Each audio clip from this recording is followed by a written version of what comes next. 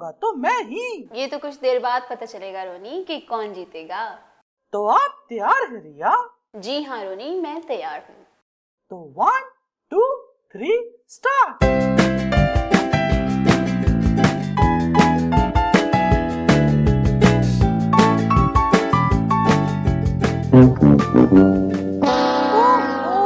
मैं हार गया। ये मैं जीत गई। ओ, मैं हार गया।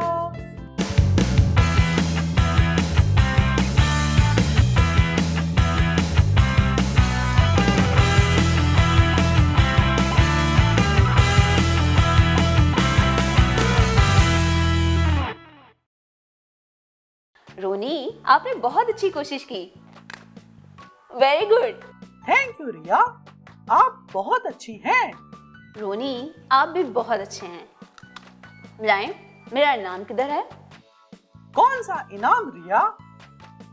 रोनी, आपने कहा था कि जो भी बिस्किट का मुकाबला जीतेगा उसे इनाम मिलेगा। है रिया, मुझे तो ऐसा कुछ भी याद नहीं है। रोनी, आपकी कॉल आ रही है। मैं हार गया हूँ रिया, मेरा नहीं दिल कर रहा फोन उठाने का। ओके, मैं रिसीव कर देती हूँ, लेकिन बात तो आपको ही करनी पड़ेगी। लीजिए रोनी। रोनी मेरे भाई, कैसे हो आप? हाय टिंकी, कैसे हो? जल्दी बताओ क्या काम है, मैं बहुत बिजी हूँ। रोनी भाई, क्या मतलब है आपका? मैं फारिग हूँ। हाय टिंकी, कैसी हो आप? ओह हाय रिया बाजी, मुझे आपसे ही बात करनी थी। तो फिर रिया को भी कॉल करनी थी, मुझे क्यों की? उफ, कितनी लड़ाई करते हैं ना आप दोनों। खैर टिंकी, आप बताएं किस लिए कॉल किया आपने? क्या बात करनी थी आपने मुझसे? रिया बाजी, मैं सोच रही थी कि खुदा चाहता तो हम सबको वैसे ही माफ कर सकता था, तो फिर खुदा ने अपने बेटे को क्यों कुर्बान होने दिया? वैसे बात तो ठीक कही है। अरे वाह टिंकी, अब लगी ना जीनियस रोनी की बहन। वैसे पहली बार आपने कोई अच्छा सवाल पूछा है। Very funny.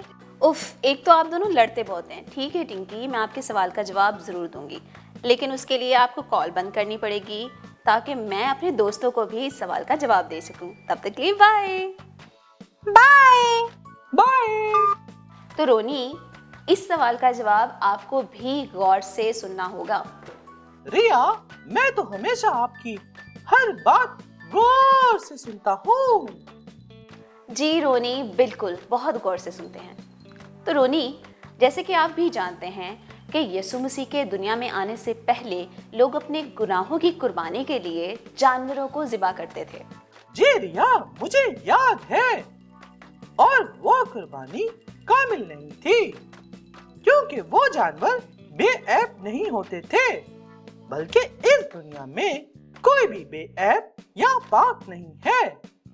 जी रोनी, बिल्कुल। और गुनाह का मसला कोई आम मसला तो था नहीं, और खुदा जो काम भी करता है कामिल रास्ते से करता है। इसका मतलब तो ये हुआ रिया कि गुनाह करने वाले को सजा जरूर मिलनी चाहिए, क्योंकि खुदा को गुनाह से नफरत है। ठीक कहा रोनी आपने, लेकिन खुदा हम गुनाहगार से प्यार करता है और हमें बचाना चाहता था। ये तो वाकई काफी बड़ा मसला था। जाहिर है रोनी, मसला तो बहुत बड़ा था और हम सब ने गुनाह किया, और इसलिए जरूरी था कि हमें सख्त से सख्त सजा मिलती, क्योंकि खुदा कभी नाराज नहीं ठहर सकता। समझ गया रिया, खुदा ने इस मसले का हल निकाला और अपने बेटे यीशु को इस दुनिया में भेजा ताकि गुनाहगारों के लिए कुर्बान हो। जी रोनी, और उस बेऐब बर्रे यानी यीशु मसीह ने हम सब के गुनाह और सजा अपने ऊपर ले लिए ताकि हम हमेशा की जिंदगी पाएं। रिया, खुदा ने कैसा जबरदस्त मंसूबा बनाया हमें बचाने के लिए अपने बेटे यीशु को सलीब पर कुर्बान होने दिया। जी रोनी, खुदा ने हम सबकी बदकिरदारी यीशु पे ला दी ताकि हम गजब का निशाना न बने और सजा से बच जाएं। जी हाँ रिया, तब भी यसाया 53 बाब की 5वीं आयत में लिखा है, हालांकि वो हमारी खताओं के सबब से घायल किया गया, और हमारी बदकिरदारी के बाइस कुचला गया। हमारे ही सलामती के लिए उस पर सियासत हुई ताकि उसके मार खाने से हम शिफा पाएं। आमीन। आमीन। जी रोनी, खुदा की मोहब्बत सबसे अफजल है और खुदा का काम करने का अपना ही तरीका है।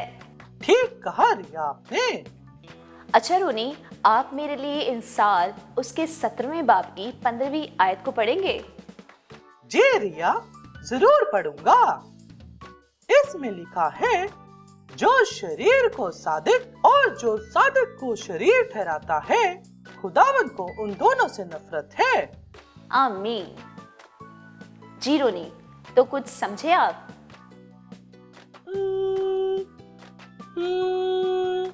यस रिया।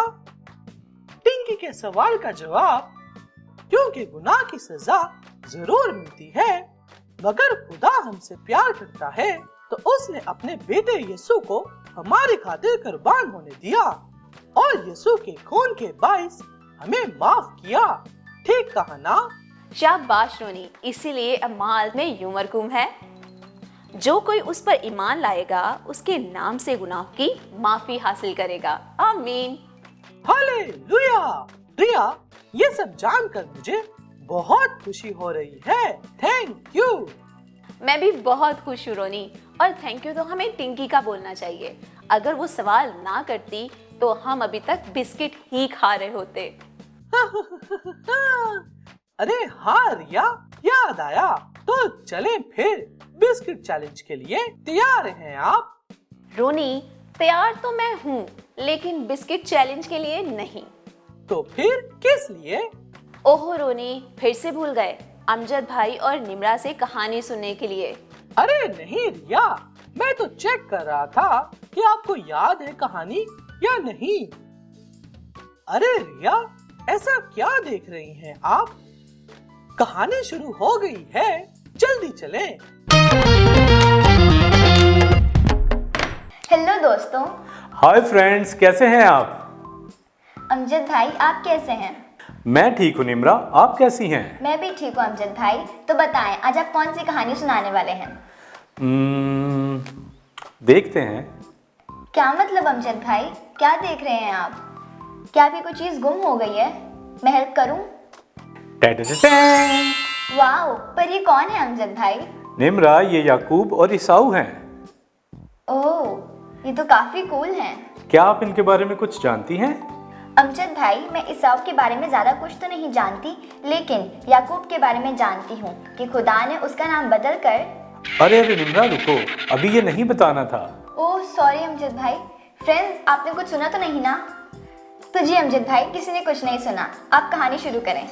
तो निम्रा, जैसा कि आप जानती हैं कि इब्राहिम और सारा का एक लौता बेटा इसहाक था, और जब इसहाक बड़ा हुआ तो उसकी शादी की और उसकी बीवी का नाम रिबका था, और रिबका से इसहाक के 2 बेटे पैदा हुए। एक का नाम ईसाऊ था और दूसरे का नाम याकूब था, जिनमें ईसाऊ जो कि बड़ा यानी पहलौठा बेटा था और दूसरा याकूब था। जी बिल्कुल निम्रा। और जब ये लड़के बड़े हुए तो ईसाऊ शिकारी और किसान बना और याकूब घर में ही रहता था। अच्छा, वो क्यों? याकूब घर में रहकर क्या करता था? कुकिंग? हो सकता है निम्रा। सच में? निम्रा, एक दिन याकूब ने बड़े ही मज़े की दाल पकाई और ईसाऊ शिकार से जब वापस आया तो उसे बहुत भूख लगी थी। जी अमजद भाई, मुझे कुछ कुछ याद आ रहा है।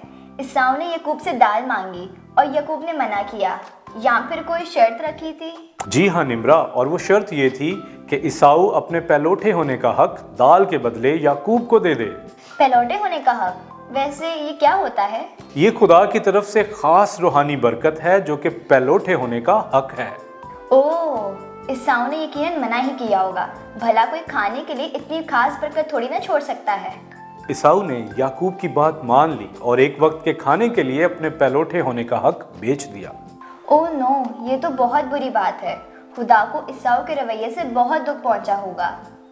सो तो है निम्रा, लेकिन इसके बाद याकूब ने धोखे से अपने बाप से पहलौठे की बरकत भी ले ली जो कि ईसाऊ का हक था। वैसे याकूब ने भी तो अच्छा नहीं किया ना?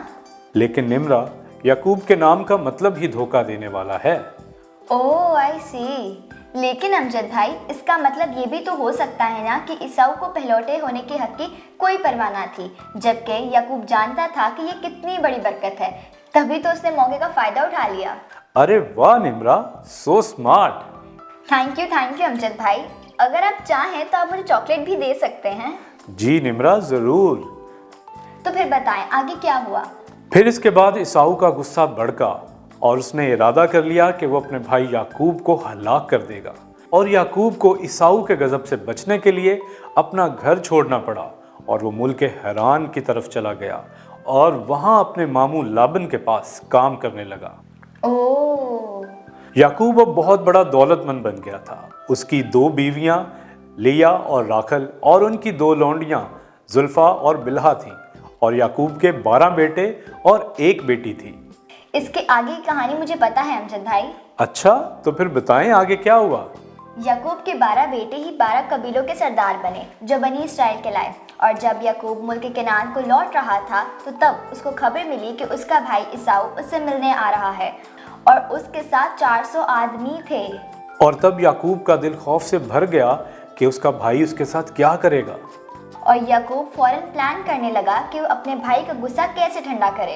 और इसी परेशानी में उस रात वो तन्हा दुआ करने के लिए बाहर गया, जहाँ पर आदमी की सूरत में खुदावन याकूब से मिला और उससे कुश्ती लड़ी और उसे लंगड़ा कर दिया। अगरचे वो लंगड़ा था तो भी उसने खुदावन को ये कहते हुए पकड़े रखा, जब तक तू मुझे बरकत नहीं देगा मैं तुझे जाने नहीं दूंगा।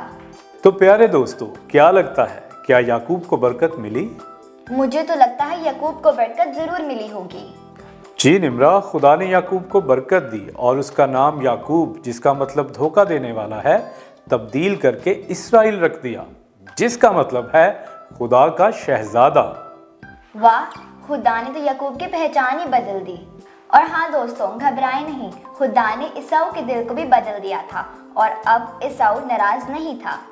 और हाँ दोस्तों, याकूब की जिंदगी के आखिरी अयाम उसकी जिंदगी के बेहतरीन अयाम थे, क्योंकि उसने अपने मंसूबों पर भरोसा करने की बजाय खुदा पर भरोसा करना सीख लिया था। यानी वो हकीकत में खुदा का शहजादा बना और ईमान में जिंदा खुदा का हीरो भी। वाह, ये हुई ना बात। तो हमने क्या सीखा? हमने सीखा कि हमें खुदा की बातों और कामों को अहमियत देनी चाहिए, तभी खुदा हमें नई पहचान और बरकतें भी देगा। Thank you so much Amjad भाई, इतनी ज़बरदस्त कहानी सुनाने के लिए। Thank you so much Nimra, और दोस्तों आपका भी कि आपने अच्छे से कहानी को सुना। तो फिर दोस्तों, अब बारी है कि हम इस एपिसोड को ज़्यादा से ज़्यादा लोगों तक पहुंचाएं। जी, एपिसोड को लाइक और शेयर भी करें और उम्मीद किड्स टीवी को सब्सक्राइब करना ना भूलिएगा। तो बाय दोस्तों, फिर मिलेंगे। बाय।